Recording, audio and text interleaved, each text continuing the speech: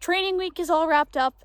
My work season officially starts tomorrow, and if you're also starting your job soon, this is the video for you. I'm super excited to be starting this new position. I'll be doing vegetation management with a local company. But if you're new to the industry, this is your first job or one of your first jobs in horticulture, I want you to watch this video because I'm going to share some reflections and some pieces of advice that I think will be helpful. The number one piece of advice I have for you based on my own experience is simply speak up. And depending on your specific circumstances, that can mean a few different things. So in 2023, I graduated high school and I worked that summer at my local golf course as well as the summer after that. And my first season especially, I was very anxious. I was an extremely shy person, as several people can attest to, and I just didn't feel comfortable sticking up for myself or confronting coworkers when it was necessary, or just letting my boss know when I saw something that was amiss. So don't be afraid to speak up. Somebody, whether that's yourself, a coworker, your boss, or whoever has to take over for you eventually, somebody down the line is going to thank you for it.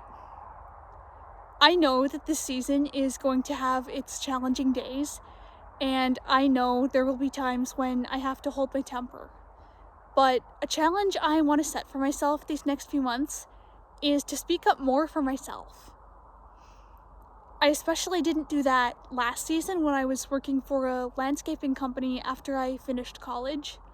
I kind of just let people take advantage of me, kind of walk over me, and I was just not comfortable advocating for myself. That's so important so that you don't start to resent your job, so that you don't start to resent your coworkers, so that you can keep your spark and your passion and that thing that drove you to this industry in the first place. Speak up. The next thing I want to share with you is to get comfortable being uncomfortable. Starting a new job comes with a lot of challenges, a lot of fear, and a lot of discomfort. I look back on the time I've spent in this industry so far, and I just cringe at how I handled some moments.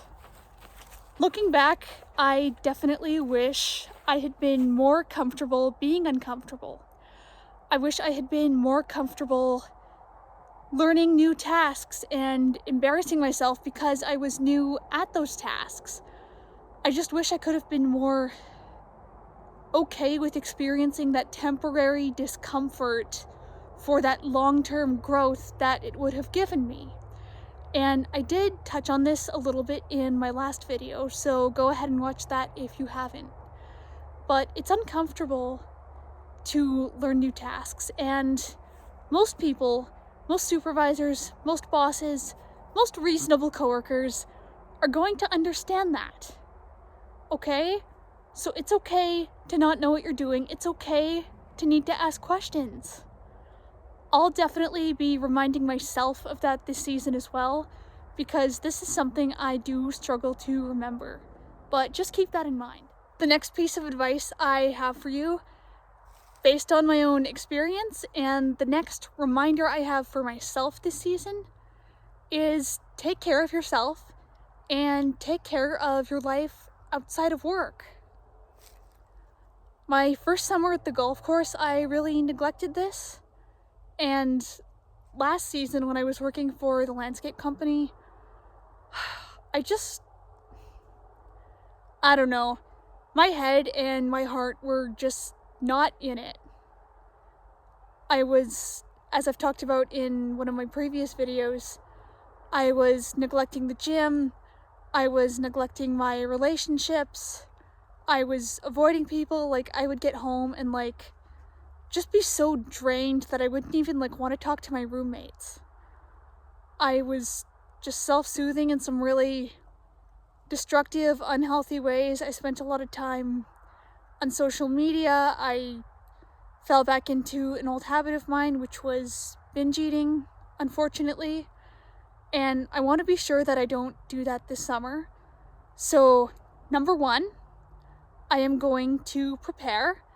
I am going to ensure that I always have healthy food on hand. I am going to ensure that I have my gym gear with me in my car ready for after work.